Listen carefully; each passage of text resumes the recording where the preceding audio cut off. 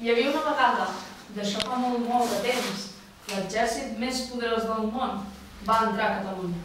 Era l'exèrcit de Napoleó. Els soldats de Napoleó, el famós emperador de França, van atravessar els Pirineus per ocupar les viles i les ciutats del nostre país. Era un exèrcit d'allò més nombrós. Aquí només en veieu 4, però és que eren més de 3.000 homes. Molt a prop de Manresa, un poblet a prop de Montserrat, hi havia un noi valent i espavilat. I sabeu com es deia? Era l'Isidret.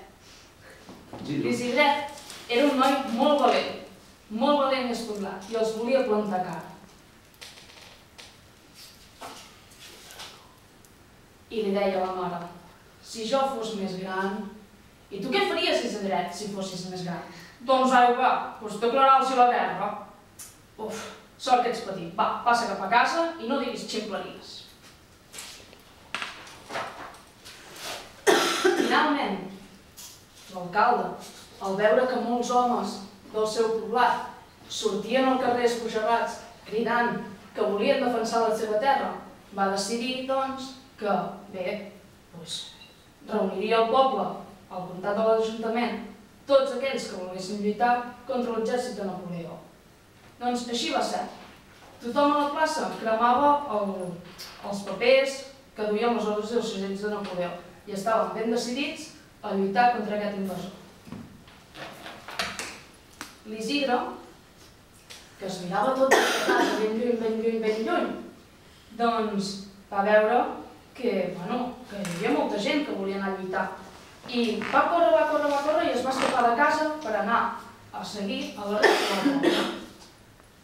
La gent, els pagesos, que no anaven pas armats, no tenien pas armes perquè no eren pas un exèrcit, simplement eren pagesos, fusters, doncs van agafar les pals, els bastons i una senyera, això sí.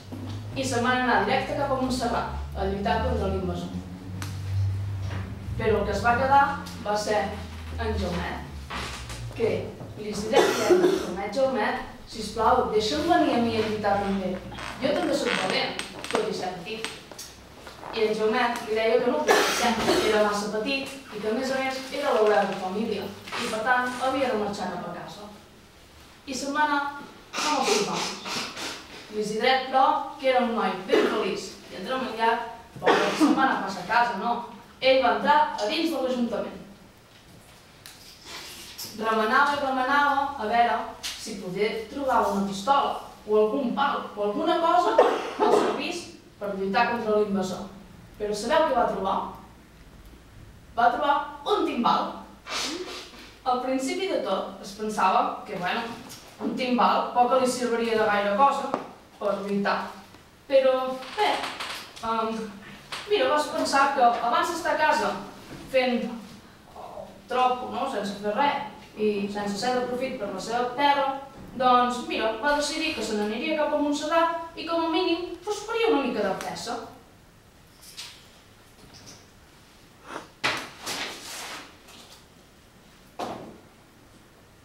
Mentrestant, a les muntanyes de Montserrat, l'exèrcit de Napoleó ja arribava. S'apropava cap a Manresa. Ostres, aquests catalans s'han atrevit a desafiar les nostres tropes, deia un comandant. Uf, que maleïts, castigarem aquesta ciutat rebel. Avui rebran una lliçó que no oblidaran mai. Mentrestant, l'Isidret feia camí amunt les muntanyes de Montserrat i quan ja era ben amunt va veure que la batalla feia molt que s'estava portant a terme i que, pobrets, la gent del seu poble, tot i ser molt valents, no eren suficients per un exèrcit tan gran. A més, no tenien pas pistoles ni armes i no eren tan ben preparats. Per tant, quan va veure que tots estaven ben acorralats i a punt de perdre la batalla, l'Isidret, amb el seu timbal, quan era amunt de les muntanyes, va tenir una gran idea. Sabeu què va fer? Es va amagar entre unes roques i va començar a tocar el timbal. El va tocar tan i fort que a tot arreu sentia.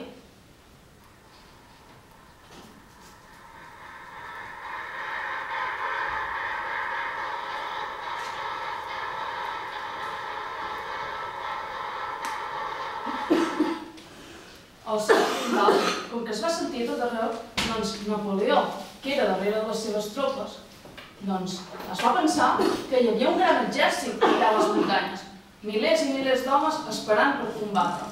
Per tant, es va espantar i va ordenar al seu exèrcit de retirada, que va marxar corrent, perseguits per tota la gent del poble.